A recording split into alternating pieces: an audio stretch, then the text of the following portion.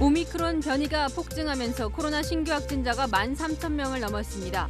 오늘부터 일부 오미크론 우세 지역에서 PCR 검사와 신속 항원 검사가 분리됐고 곳곳에서 혼선이 벌어졌습니다. 이재명, 윤석열 후보 간 양자 TV 토론이 법원 결정으로 무산됐습니다. 두 후보는 다자 토론으로 일정을 다시 잡기로 했습니다. 프로축구 성남FC 후원금 의혹 사건을 지휘하던 검사가 사표를 제출했습니다. 친정권 검사로 꼽히는 박은정 성남지청장이 수사를 가로막은 것으로 알려지면서 파문이 일고 있습니다. 러시아가 우크라이나 국경에서 전투대비 훈련을 개시했고 미국은 푸틴 대통령에 대한 직접 제재까지 언급하는 등 전운이 고조되고 있습니다. 우리 정부는 우크라이나 남동 북부 지역 교민들에게 출국 권고 경보를 내렸습니다.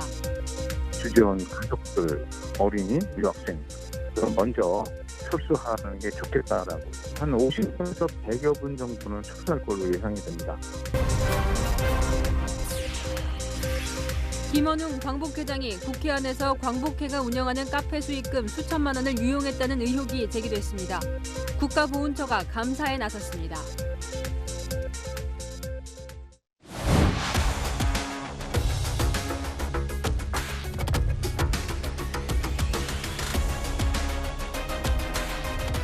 뉴스 시작합니다. 저는 동정민입니다.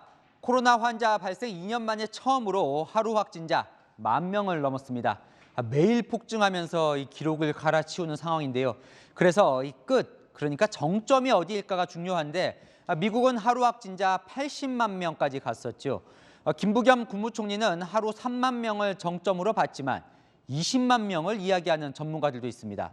예상보다도 빠른 확산 속도에 정부는 설 연휴 이후부터 시작하려 했던 오미크론 방역 체계 시행을 이번 주 토요일로 앞당겼습니다. 그야말로 코앞까지 침투한 상황, 선별 진료소마다 긴 줄이 들어섰습니다. 취재 기자 연결합니다. 홍일아 기자, 지금도 시민들이 많이 기다리고 있습니까? 네, 제가 나와 있는 서울 송파구 종합운동장 선별진료소는 저녁 9시까지 문을 엽니다. 그래서 퇴근길에 검사를 받으려는 시민들이 계속 발걸음이 이어지고 있는데요. 방금 전부터는 천막 바깥으로도 줄이 길게 생기기 시작했고요. 지금은 한 200여 명 정도의 시민들이 검사 대기를 하고 있습니다. 19시가 되면은 되게 퇴근하시는 분들이 많이 몰려오기 때문에 전 직원이 다 현장에 투여를 해서 다 빨리빨리 할 수 있는 방법으로 저희가 아까 그런 대책회의를 했습니다.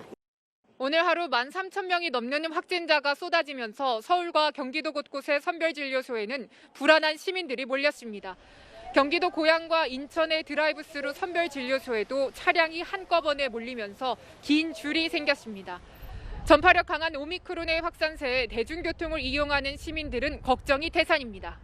대중교통에는 사람들이 따닥따닥 붙어서 타는 편이잖아요. 그래서 어쨌든 밀집도가 높다 보니까 감염 위험도 그만큼 높을 것 같고.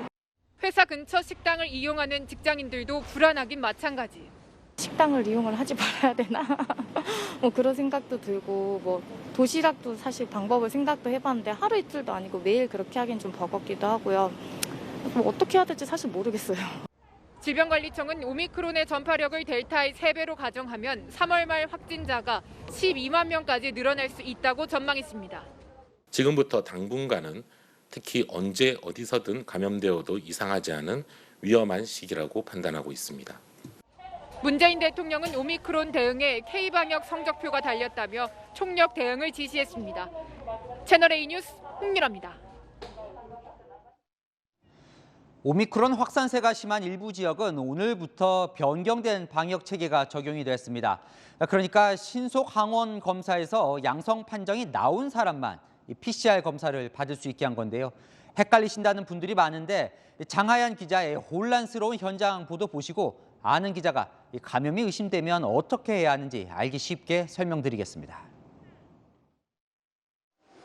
한 줄로 길게 대기하던 코로나 선별진료소에 신속 항원 검사 줄과 PCR 검사 줄이 생겼습니다. 60세 미만 등 고위험군이 아니면 신속 항원 검사, 즉 자가 검사를 먼저 하는데 서툰 시민들을 위해 보건소 직원들이 대신해 줍니다. 번호 기억하시고요. 바로 검사 받으실게요. 신속 항원 검사 결과가 나오는데 걸리는 시간은 최대 15분 정도. 상당수는 음성으로 나와 귀가합니다.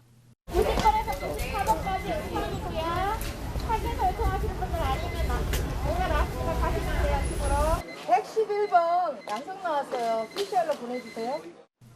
양성이 나오면 곧바로 PCR 검사줄로 이동해 다시 한번 검사를 받습니다. 신속 항원 검사를 우선으로 받다 보니 PCR 검사소는 다소 한산해졌습니다.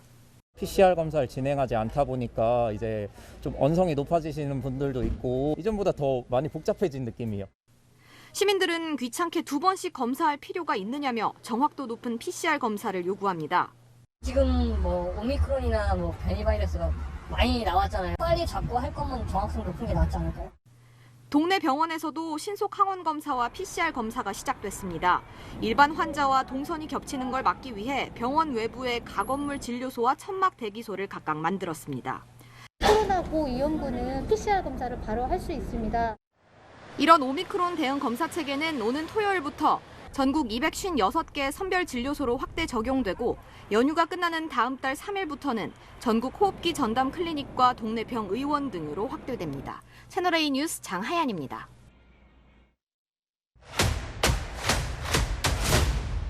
아는 기자 아자 시작합니다. 오미크론이 의심되면 어디로 가야 하는지 사회이부 서상희 기자와 알아봅니다. 자, 먼저요.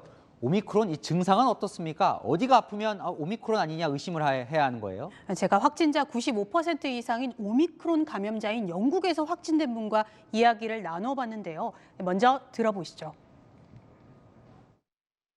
시작은 목이 아픈 것부터 시작을 했고요. 코가 막히고 콧물 흐르는 것부터 시작을 해서 3일 동안 두통이 왔었어요. 그보다는 이렇게 자기 전이나 새벽에 아팠었어요. 정말 언제 걸릴지 몰라요. 이웃집에 그냥 잠깐 인사했다가 걸릴 수도 있는 거고. 국내 다른 오미크론 확진자와 이야기도 들어봤는데 목이 아팠다, 감기 몸살처럼 왔다 등 사람마다 달랐습니다. 영국의 빅데이터 분석 자료를 보죠.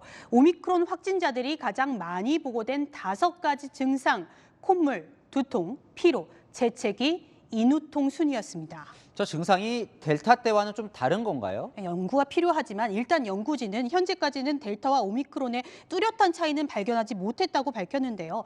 사람마다 증상이 다를 수 있기 때문에 기침이나 발열이 없다고 코로나가 아니라고 안심해서는 안 됩니다. 그렇게 그럼 증상이 나타났어요. 그렇게 의심이 되면 지금까지 이제 선별 진료소 가서 PCR 검사를 받았는데 네. 이제는 바로 받을 수 없다는 거잖아요. 그럼 의심이 되면 어디로 가야 합니까? 몸이 이상한데 또 주변에서 확진자가 나왔다. 그런데 나는 60세 이상도 아니고 네. 고위험군도 아니다. 그러면 선택지가 총 3가지가 있습니다. 선별진료소로 가서 무료로 나눠주는 자가검사 키트로 검사하거나요. 호흡기 전담 클리닉으로 지정된 동네 병의원을 찾아서 5,000원 내고 전문가용 키트로 검사를 받거나 집에서 혼자 자가검사 해볼 수도 있습니다. 양성이 나오면 바로 선별진료소에서 PCR 검사를 받을 수도 있습니다. 자, 그래서 이 집에서 하는 자가검사 키트 많이들 사시던데 이게 정확도가 너무 떨어진다 이런 우려가 있더라고요. 맞습니다. 확진자를 못 거릴 수도 있다는 우려가 나오는 것도 사실입니다. 오늘 대한진단검사의학회가 입장문을 밝혔는데요. 신속 항원 검사의 민감도, 즉 감염자를 양성이라고 진단하는 비율이 의료인이 해도 50%, 혼자서 하면 20% 미만이라는 건데요. 감염자가 음성으로 나와서 모르고 다니면 코로나를 퍼뜨릴 수 있다고 우려했습니다. 방역당국도 감염 초기 확진자를 못 잡아낼 수도 있다 인정했습니다. 무증상이면 확진자라도 놓치는 건 불가피하고 고위험군에 집중하겠다는 건데요. 키트에서 음성이 나와도 나는 아니겠지 생각하지 말고 방역수칙 지켜야 하고요. 증상이 있는 경우 의료기관 소견서를 받아 PCR 검사 받아야 합니다. 그렇게 해서 만약 이제 확진 판정을 받았어요. 그럼 이제 집에서 격리를 하게 되는 거잖아요. 네.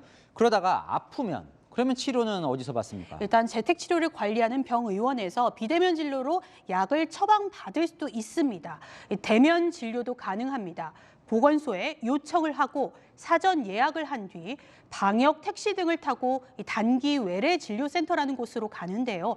엑스레이나 혈액 검사를 받을 수도 있고 응급 상황 시 이송됩니다. 먹는 치료제 팍스로비드 처방은 60세 이상으로 아직 연령 제한은 있는데요. 투약 대상을 50세로 좀 더 낮추는 것도 검토 중입니다. 자, 이 확진자 격리가요. 일주일입니까? 열흘입니까? 왔다 갔다 하는 것 같은데요. 헷갈린다는 분이 많은데 그럴 수밖에 없는 게 하루 만에 방역 당국이 말을 바꿨습니다. 네. 다시 정리해드리겠습니다. 확진자 격리 기준입니다. 3차 접종했는데 확진됐다. 7일 격리입니다. 단, 나는 2차 접종만 하신 분들 조금 다른데요. 2차 접종을 하고 2주는 지났는데 석 달, 즉 90일이 안 됐다면 7일, 그 외 미접종자나 2차 접종을 한 지 석 달이 경과한 사람은 열흘 격리합니다. 네, 잘 살펴봐야겠네요. 네, 서상희 기자였습니다. 네, 설 연휴 기간에 추진됐었죠. 이재명, 윤석열 후보의 양자 TV 토론은 무산됐습니다. 안철수, 심상정 후보가 각각 제기한 이 방송금지 가처분 신청을 오늘 법원이 모두 받아들인 건데요. 두 후보, 안철수, 심상정 후보도 참여하는 다자 토론을 준비하겠다고 합니다. 김성규 기자가 보도합니다. 안철수 국민의당 대선 후보가 이재명, 윤석열 후보의 양자 TV 토론을 막아달라며 방송사를 상대로 낸 가처분 신청을 법원이 받아들였습니다. 재판부는 언론사가 주관하는 토론회에도 대상자 선정에 관한 재량에는 일정한 한계가 있어야 한다고 밝혔습니다. 그러면서 당선 가능성과 전국적 관심 대상인지 여부, 토론회의 파급 효과 등을 종합적으로 고려해야 한다고 설명했습니다. 한마디로 사필 규정이죠. 사실 기득권 정치의 담합 정치, 구태 정치가 국민들이 심판한 것을 법원이 발표한 것 아니겠습니까? 이재명, 윤석열 두 후보는 다자 토론을 하자며 다시 신경전을 시작했습니다. 정치란 공정해야 되고 당연히 자격 있는 사람들이 똑같은 기회를 갖는 게 맞다라고 생각합니다. 어떤 형식의 토론이든 간에 국민들께서 그 대선 후보의 정견과 입장을 궁금해 하시기 때문에 어떤 것이든 상관없습니다. 심상정 정의당 대선 후보를 포함한 사자 토론으로 대치하자는 겁니다. 하지만 허경영 국가혁명당 대선 후보 등이 참여를 요구하며 법적 대응에 나설 경우 다자 토론 협상도 지지부진해질 수 있습니다. 김동연 새로운 물결 대선 후보는 이재명 후보와 코로나19, 소상공인 손실보상 등을 주제로 양자 토론을 추진하기로 합의했습니다. 채널A 뉴스 김성규입니다.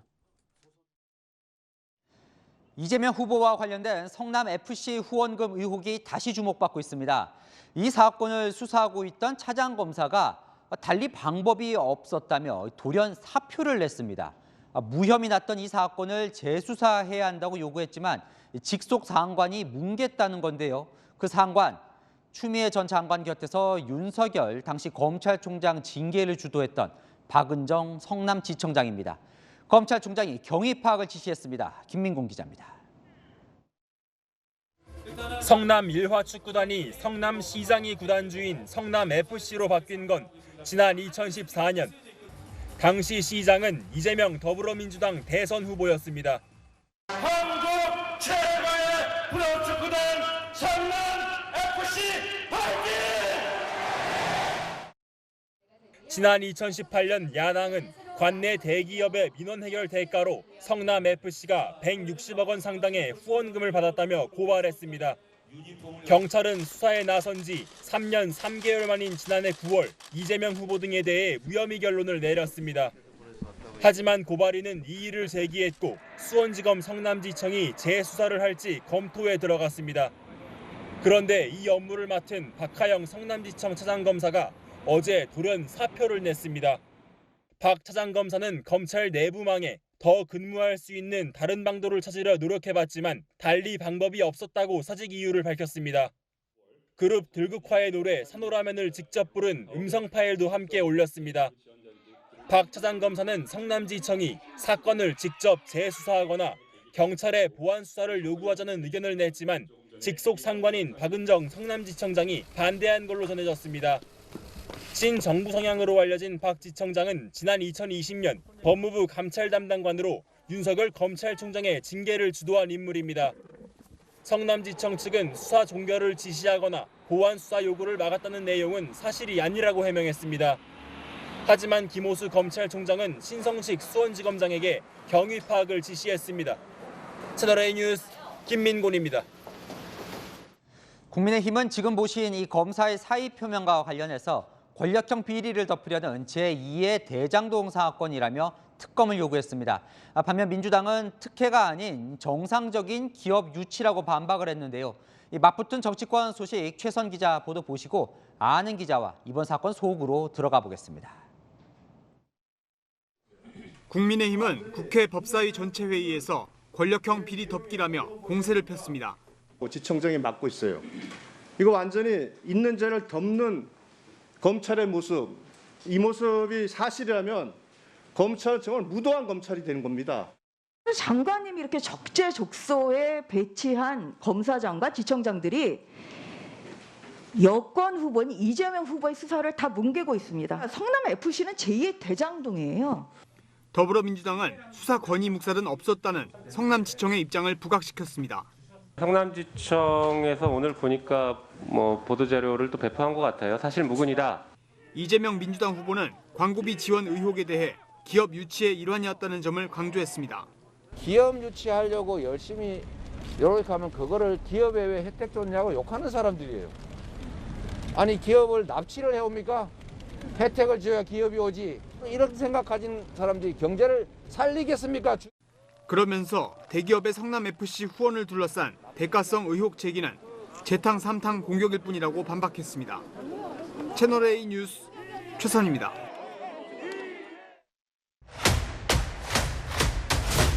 아는 기자 이어갑니다. 성남FC 의혹 사건을 취재하는 법조팀 이은우 기자 나왔습니다. 이 기자, 이게 조금 오래된 사건이라서 어떤 사건인지 좀 쉽게 설명을 해주시죠. 네, 발단은 이 시민구단 성남FC가 지난 2015년부터 받은 160억 원의 후원금입니다. 당시 성남FC의 구단주는 이재명 성남시장이었고요. 이 후원금을 낸 건 성남시에 있는 두산건설 그리고 네이버 같은 대기업들이었죠. 그런데 후원금이 건네진 시기를 전후로 이들 회사는 이 성남시에서 중요한 인허가를 받아냅니다.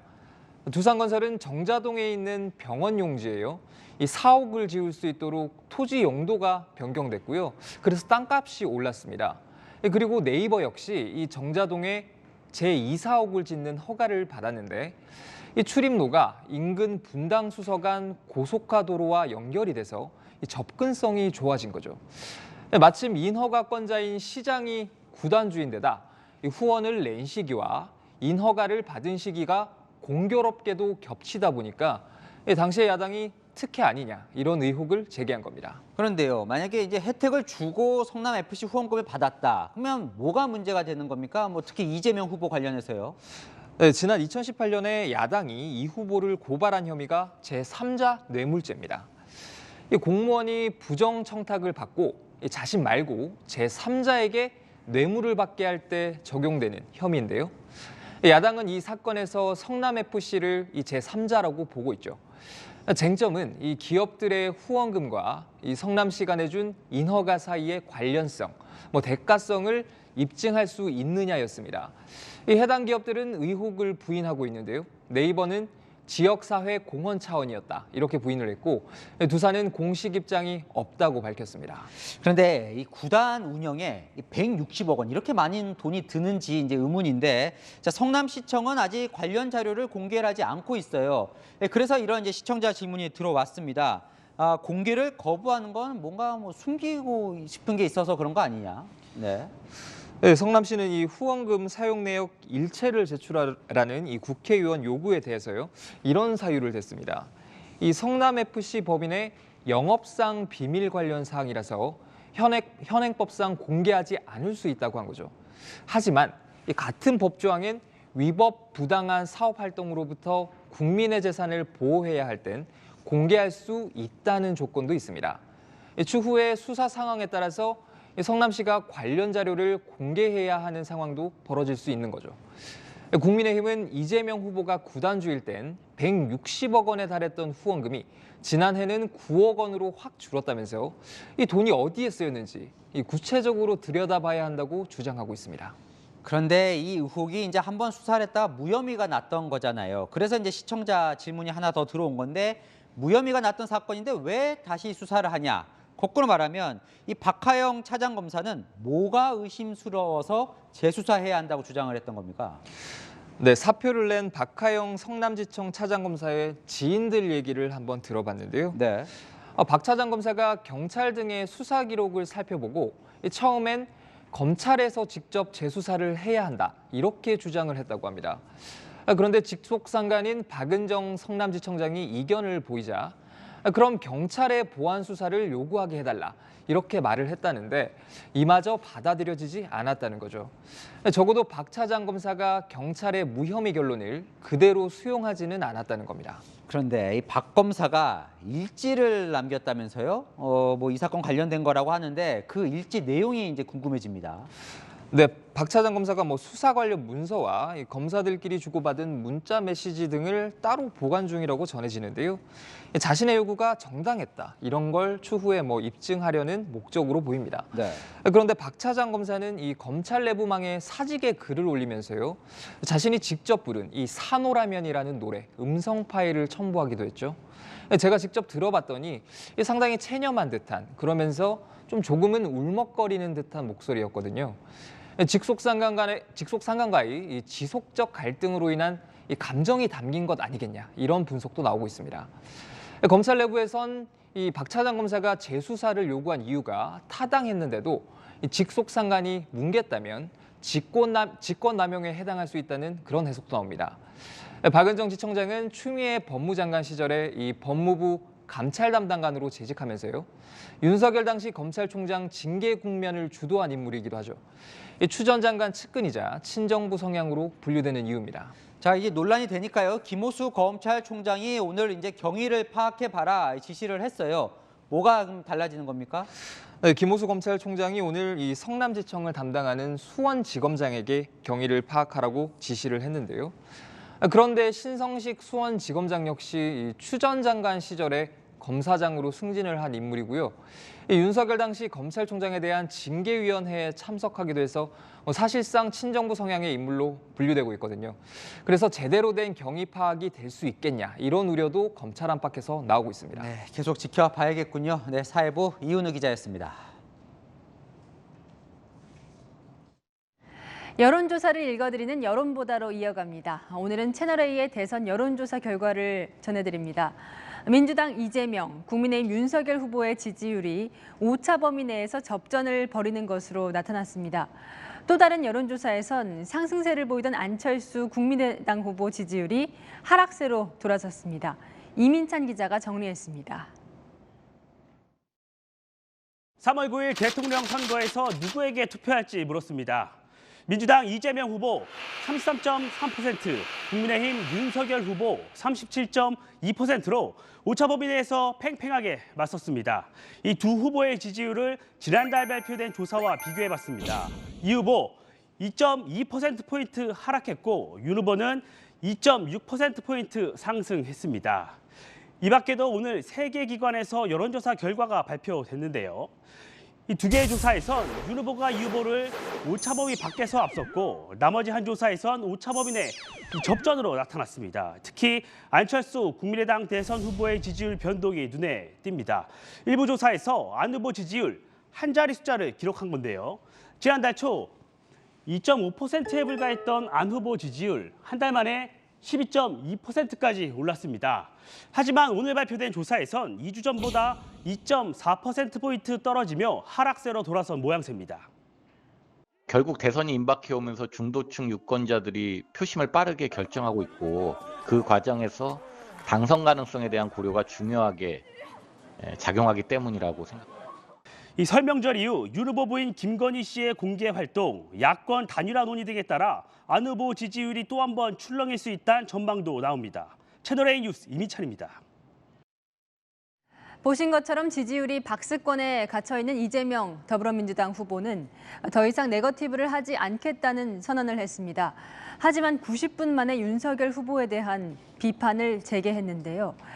상승세를 보이는 윤석열 후보는 전국 국회의원들과 승리를 다짐하는 행사를 열었습니다. 두 후보의 마크맨 유주은, 김단비 기자가 따라가 봤습니다. 이재명 더불어민주당 후보는 예정된 일정에 앞서 긴급 기자회견을 열었습니다. 저 이재명은 앞으로 일체 네거티브를 하지 않겠습니다. 야당도 동참해 주십시오. 지난해 민주당 경선 때에 이어 두 번째 네거티브 중단 선언입니다. 하지만 90분 만에 능력과 자질에 대한 검증은 필요하다며 윤 후보를 겨냥한 비판을 제기했습니다. 리더가 주어진 권한으로 술이나 마시고 어디 자기 측근이나 챙기고 맨날 게을러 가지고 딴 사람한테 맡겨놨더니 그 딴 사람 황간 내시들이 장난이나 치고 3시간 전 네거티브를 하지 않겠다고 선언한 이재명 후보가 지금 현장 즉석 연설을 하고 있는데요. 윤 후보 비판은 계속됐습니다. 말은 누구나 할 수 있지 않습니까? 네. 약속은 누구나 못 하겠어요. 다른 사람이 하겠다는 거 100개 가지고 약속하면 되지요. 민주당 의원들도 무속 논란 공세를 이어갔습니다. 어려운 일 있고 힘들 일 있으면은 기우제 지내고 전보로 가고 구타는 사람한테 여러분 임명을 맡기겠습니까? 김용민 민주당 의원은 아예 김건희 씨 녹취를 틀었습니다. 한동훈? 응. 왜? 무슨 일 있어? 내가 번호 줄 테니까 거기다 해. 내가 한동훈이한테 전달하라 그럴게. 응. 그게 뭘 해야지. 이 후보는 주 4.5일제 도입을 위한 사회적 대화를 시작하겠다는 노동 공약도 발표했습니다. 채널A 뉴스 유주은입니다.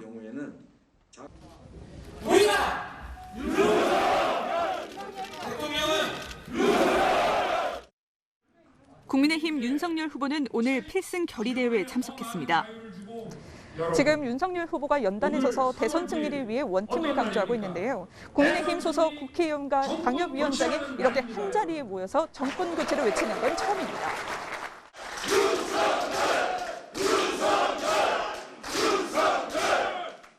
한 분 한 분이 윤석열이고 한 분 한 분이 대통령 후보라는 마음으로 지역 곳곳을 국민들의 삶의 현장을 누벼 주십시오. 최재형 전 감사원장이 선대본부 상임 고문으로 합류하기로 하면서 원팀의 조각도 맞춰가고 있습니다. 좀 앞으로 기대되는 롤이 역할이 어떤 것인지가 궁금합니다. 저는 최재형 감사원장님의 그 지지와 또 상임 고문직 수락 자체만 해도 큰 힘이 되고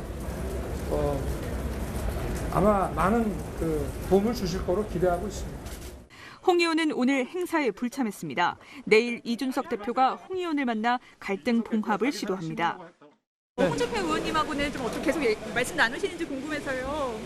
네, 아마 오늘 내일 중으로 이준석 대표하고 전화든 직접 만남이든 미팅이 있을 것 같고요.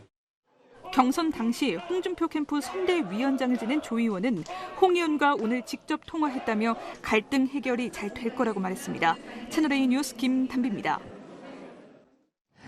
민주당은 그동안 윤석열 후보의 부인 김건희 씨가 특정 인물과 여행에 다녀온 뒤 출입국 기록이 삭제됐다는 의혹을 제기했습니다. 그런데 그 출입국 기록이 있는 것으로 확인됐습니다. 조영민 기자입니다. 윤석열 국민의힘 대선 후보의 부인 김건희 씨의 2001년부터 2006년까지 출입국 기록입니다. 2004년 7월 8일 출국해 열흘 뒤인 18일 입국했다는 기록이 남아 있습니다. 김 씨가 한 검사와 체코로 여행을 다녀온 출입국 기록이 삭제됐다고 여권이 제기한 의혹을 반박하기 위해 국민의힘이 공개한 겁니다. 국회에 출석한 박범계 법무부 장관도 사실이 아니라고 인정했습니다. 체코 여행과 관련된 출입국 기록은 그때도 지금도 삭제되지 않고 우리 법무부에 그대로 남아 있습니다. 2014년 재판 당시 법무부 직원이 김 씨의 개명 전 이름인 김명신 대신 김건희와 명신으로 잘못 검색해 김 씨의 출입국 기록이 없다고 법원에 회신했다는 겁니다. 이 의혹은 김 씨 일가와 수년째 법정 다툼을 벌여온 정모 씨가 주장하며 불거졌습니다. 최근에는 조국 전 법무부 장관이 출입국 기록 삭제는 범죄인데 왜 수사하지 않느냐고 SNS에 적었고 민주당도 김 씨 공격 소재로 삼았습니다. 14년 재판에서 이 출입국 기록이 없었거든요. 이게 또 다른 김건희 리스크가 될 수 있다. 국민의힘은 반격했습니다. 아무리 억지를 부려도 결국 진실은 드러나게 되어 있습니다. 이재명 후보 말씀대로 돼지 눈에는 돼지만 보이는 법입니다. 거짓 의혹을 확산시킨 일부 유튜브 방송과 언론사 기자에게 사과도 요구했습니다. 채널A 뉴스 조영민입니다. 왜 그런 건지 궁금증을 푸는 시간 왜 정치부 임수정 차장 나왔습니다. 왜 이재명 후보는 네거티브 중단 카드를 꺼내 들었을까요? 네, 해봤자 득볼 게 없다. 얻는 것보다 잃을 게 더 많을 수 있다고 계산을 한 겁니다. 그 민주당 최근 윤석열 후보의 부인 김건희 씨의 이 통화 녹취 그리고 네. 무속인 논란 계속 집중 공격해 왔잖아요. 네. 그런데 이미 부정적 여론은 반영될 만큼 반영이 됐고 또 판세에 영향을 준 단계는 지났다 이렇게 본 겁니다. 오히려 이재명 후보의 욕설이나 대장동 의혹만 부각이 되고 진짜 내세우고 싶었던 일 잘하는 후보의 이미지는 묻히고 있다 이런 판단에서입니다. 근데 이제 무속 논란의 경우에 이건 네거티브가 아니라 검증이다 이렇게 주장을 해왔거든요. 그런데도 이 본전도 못 찾았다 이렇게 판단을 하는 건가요, 그럼? 네, 오늘 나온 채널A 여론조사를 보면 이 공격할 필요가 더 이상 없다 이런 판단을 할 수밖에 없었을 것 같습니다. 그래요? 이재명 후보의 욕설 녹취가 장애물이 될 것이다라는 게 45.4%, 김건희 씨 통화 녹취가 장애물이 될 것이라는 게 38.5%인데요. 이 녹취로만 맞붙었을 때 이 후보가 더 손해다 이런 겁니다. 그렇군요.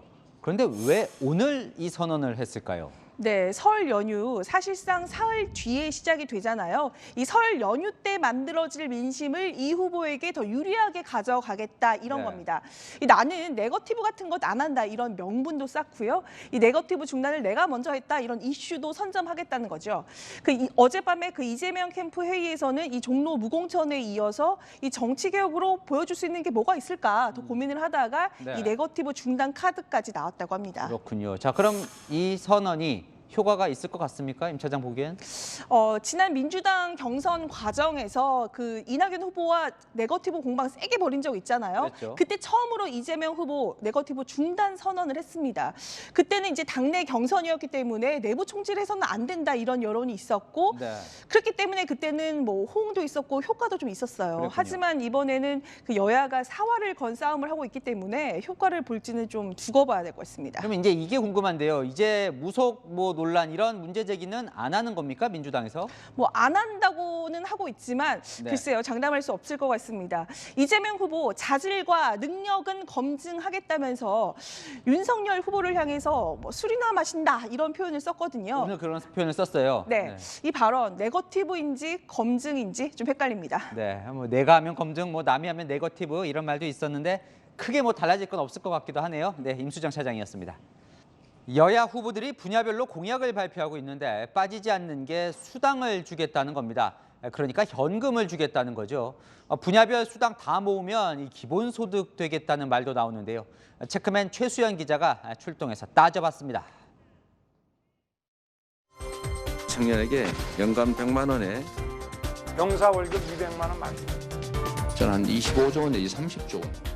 50조 정도로 먼저 억소리가 아닌 조 단위로 쏟아지는 공약들.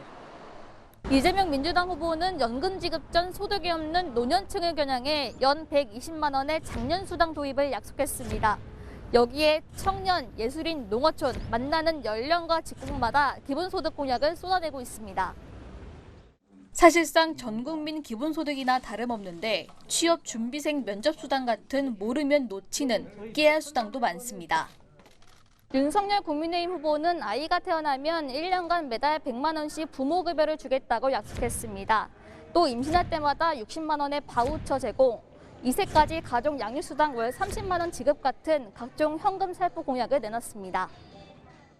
헬리콥터가 돈 뿌리듯 현금성 공약이 쏟아지고 있는데 다 합치면 이재명 후보는 76조 5천억 원, 윤석열 후보는 49조 원에 달합니다.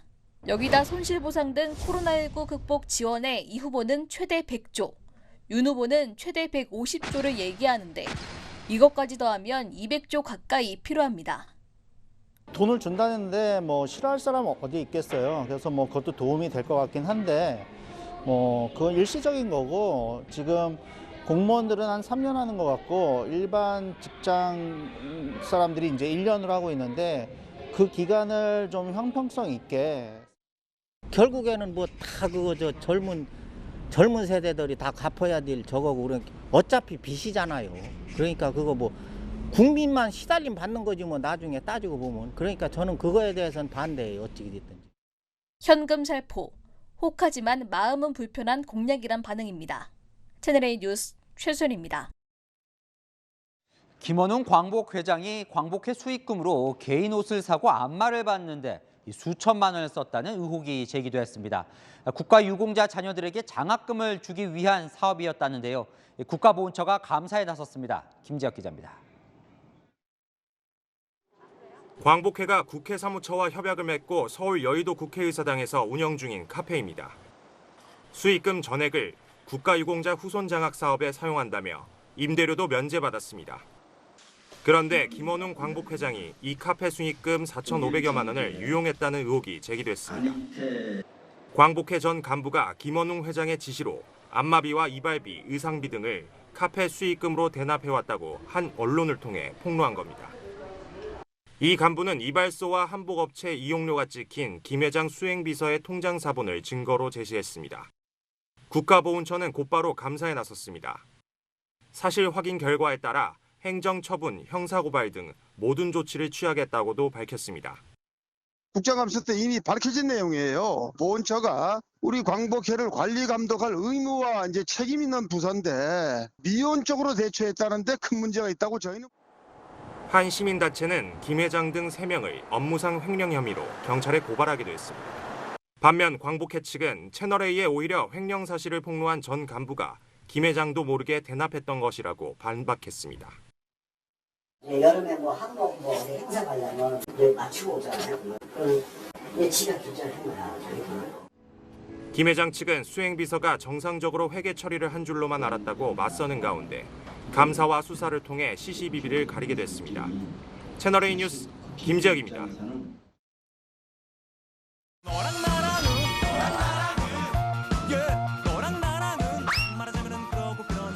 여랑야랑 정치부 김민지 기자 나와 있습니다. 첫 번째 주제 보겠습니다. 이재명 후보 뭐가 아니라는 걸까요? 나는 나쁜 사람이 아니다 이러면서 이미지 변신을 시도하고 있습니다. 최근 폐지 수거하는 어르신들의 일을 도와드렸다. 날이 추워서 어르신들 건강이 걱정됐다며 사진을 올렸고요.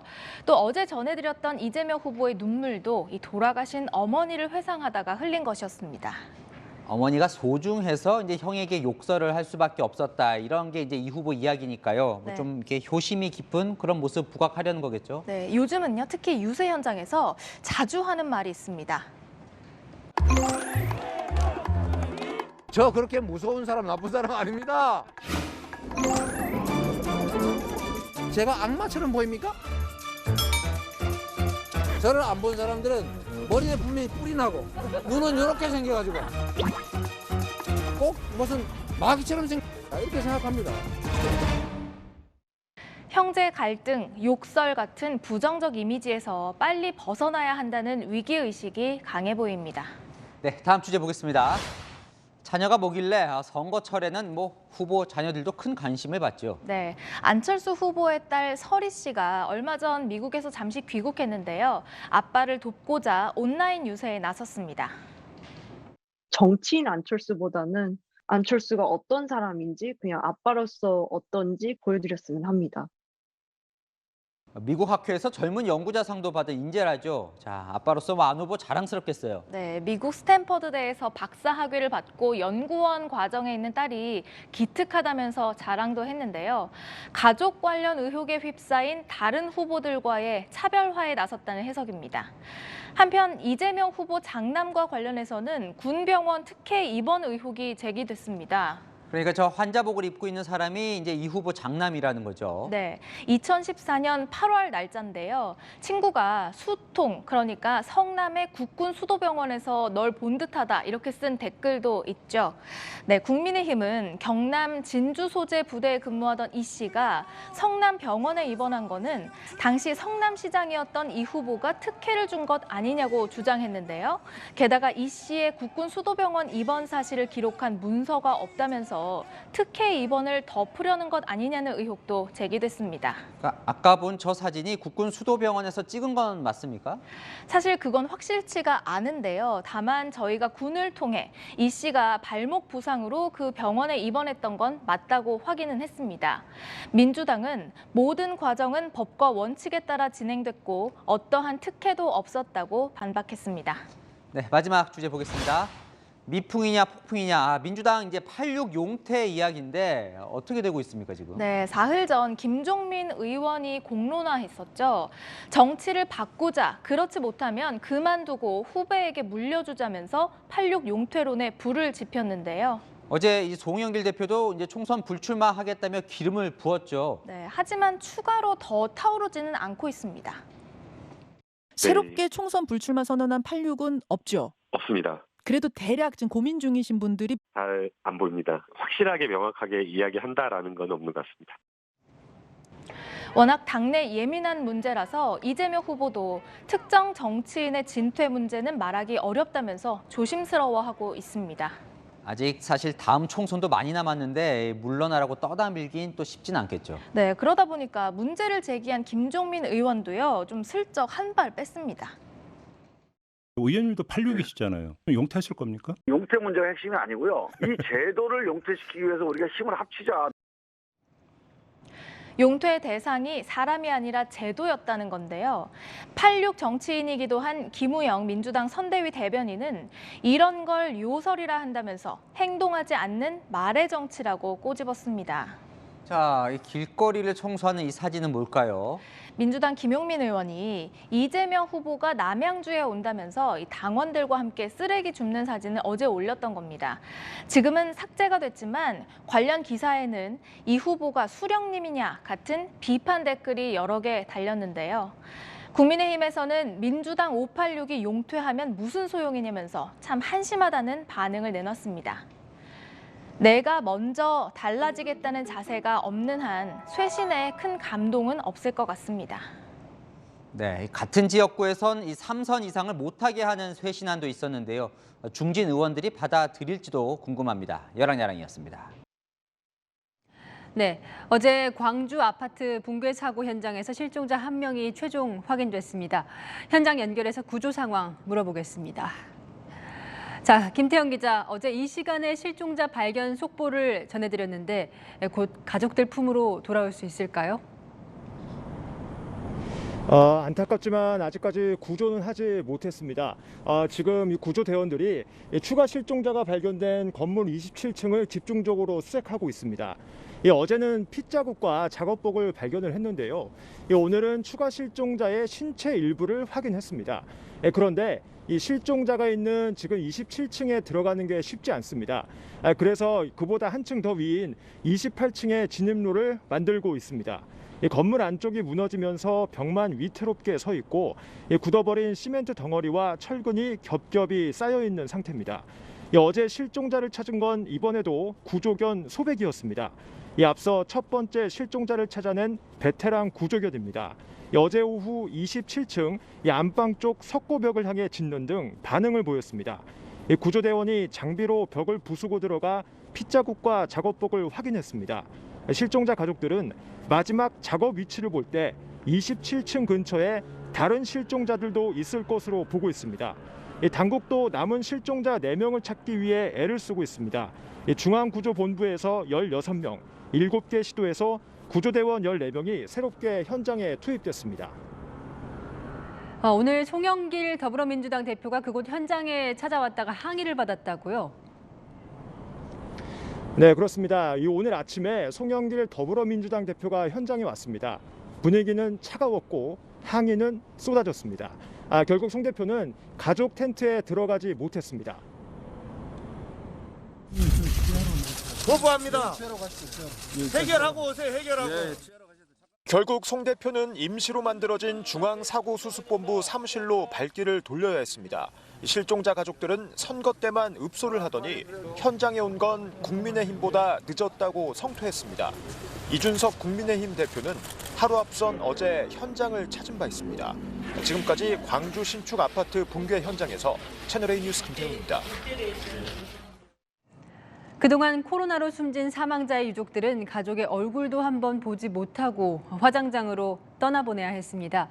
내일부터는 유족들이 고인의 얼굴을 본 뒤에 보낼 수 있게 됩니다. 하지만 개정을 하루 앞둔 오늘까지 비극적인 장례식이 계속됐습니다. 먼저 성혜란 기자입니다. 코로나19 사망자를 태운 운구 차량 한 대가 화장장으로 들어옵니다.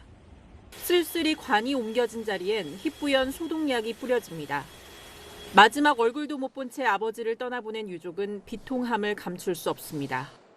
27일 바뀌는 걸로 알고 있거든요. 내일 근데 이렇게 좀 뭐라고 말씀을 드려야지 억울해도 저희가 다들 못 참고 자는 것을 들어주는 것도 아니니까. 오늘까지 모든 코로나19 사망자의 시신은 숨진 즉시 운구용 비닐로 밀봉돼 장례 절차 없이 바로 화장됐습니다. 하지만 내일부터는 먼저 장례를 치르고 화장할 수 있게 됩니다.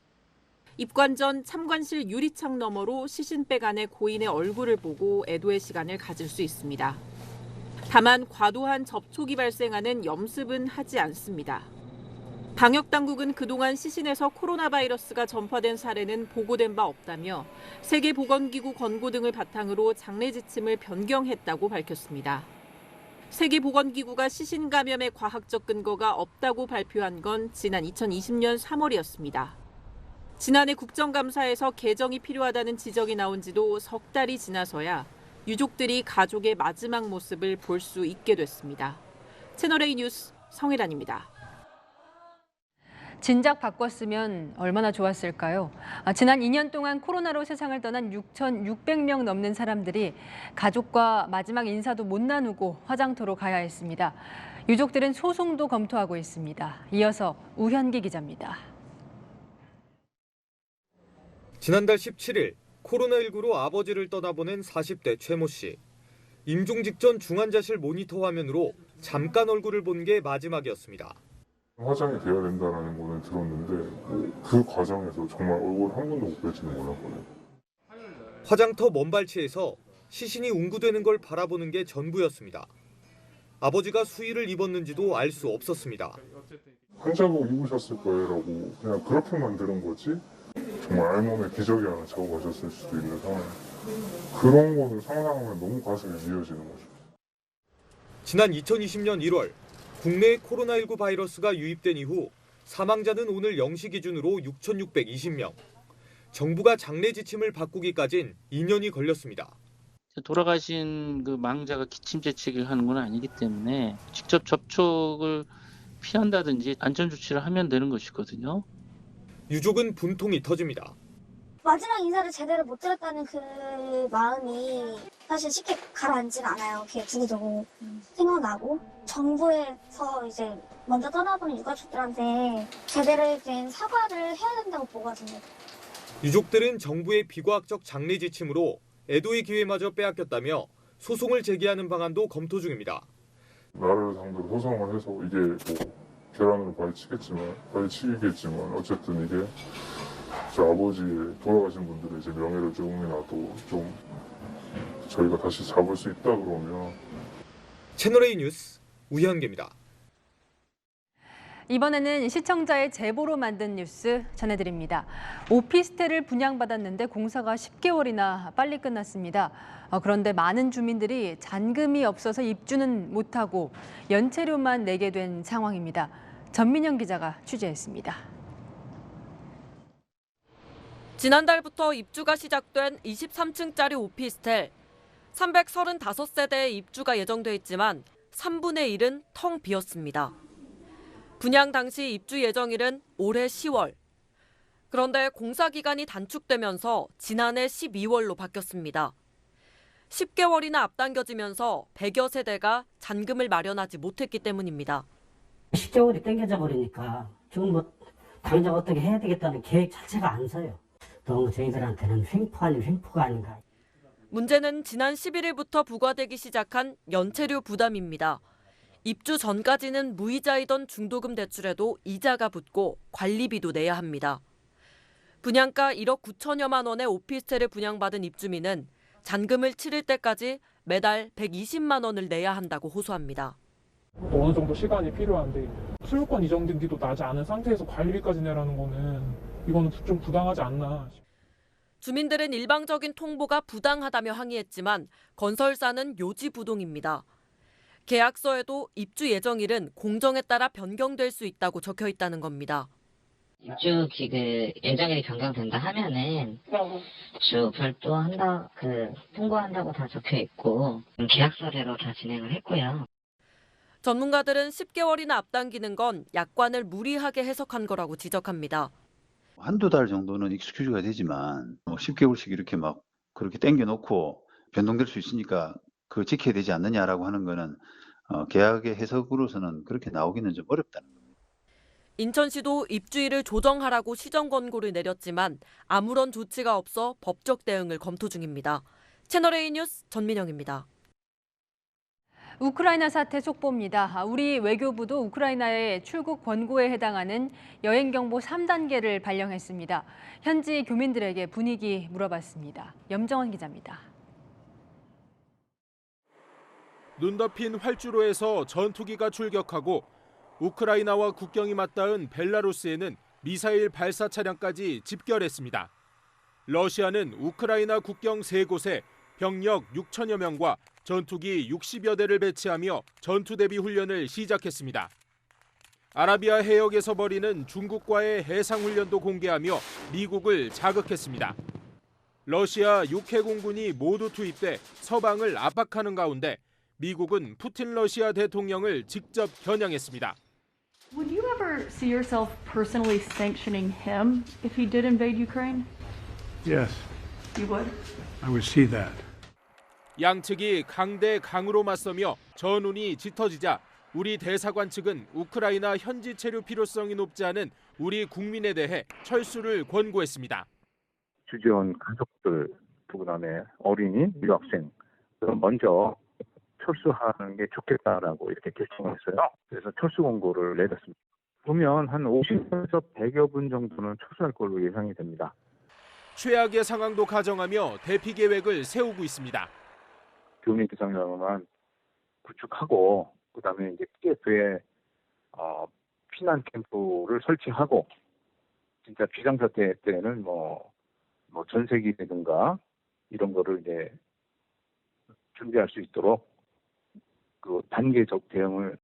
사재기와 같은 현지 주민들의 동요는 심각하지 않지만 우려했던 무력 충돌이 현실이 될 수 있다는 불안감은 점점 커집니다.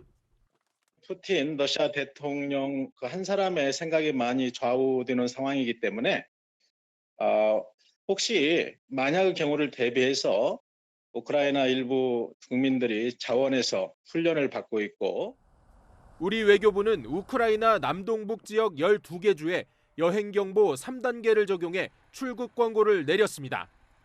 채널A 뉴스 염정원입니다.